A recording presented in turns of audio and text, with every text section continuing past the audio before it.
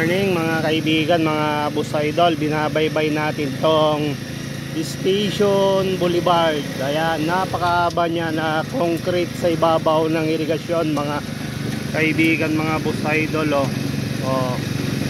Yan, hindi na mahirapan yung mga kaibigan nating magsasaka dito na pagka nag-ani sila ng kanilang mga palay o produkto, mayroon na silang madadaan ng maayos. Madali na nilang may transport yung kanilang mga palay mga kaibigan, mga bus idol, sa haba ng ano na ito.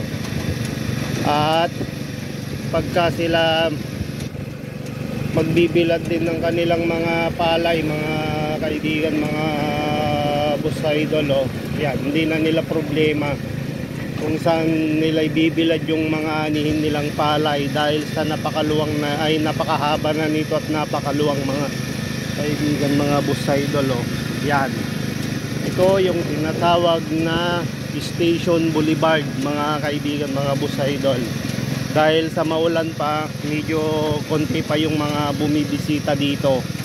Yan, pagka hindi lang tumaulan mga kaibigan, maraming tao dito na nag-walking, nag-jogging, ayan, at nagbabiking, bike doon sa ibabaw lang ng irigasyon. Ang gandang maupo pagka kayo napagod habang nagkakapi dito mga kaibigan o mga bus idol, habang tinatanaw mo tong napakaluwang na palayan na ito mga kaibigan, mga bus idol.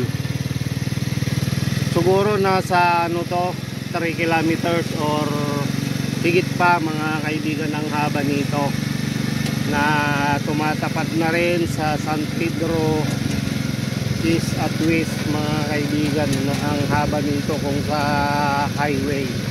Ayan, dito lang sa Rosales, Pangasinan mga kaibigan, mga bus idol. Ayan, itong mga tanim nila dito, ano, palay, pero medyo ano pa lang, malilit pa kasi nga ngayon lang nagkakatubig mga kaibigan, mga bus idol. Ayan,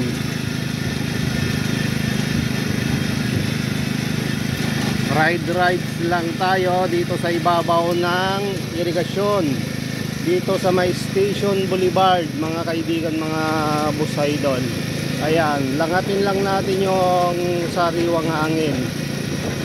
Ayan, habang tinatanaw natin tong maluwang na bukid mga kaibigan, mga bus idol, na kulay green pa lang. Ayan, at yung iba magtatanim pa lang. Itong mga kaibigan nating farmers, mga kaibigan, mga bus idol, pagka gusto nating pumunta dito ng mas maaga, mas maganda mga kaibigan, mga bus idol, dala tayo ng kape natin, umupo tayo dito pag napagod tayong mag-walking, magja-jogging at bike, at humigop tayo ng mainit na kape mga kaibigan, mga bus idol. Kaya thank you for watching mga kaibigan, mga bus idol, sa pagsama sa akin.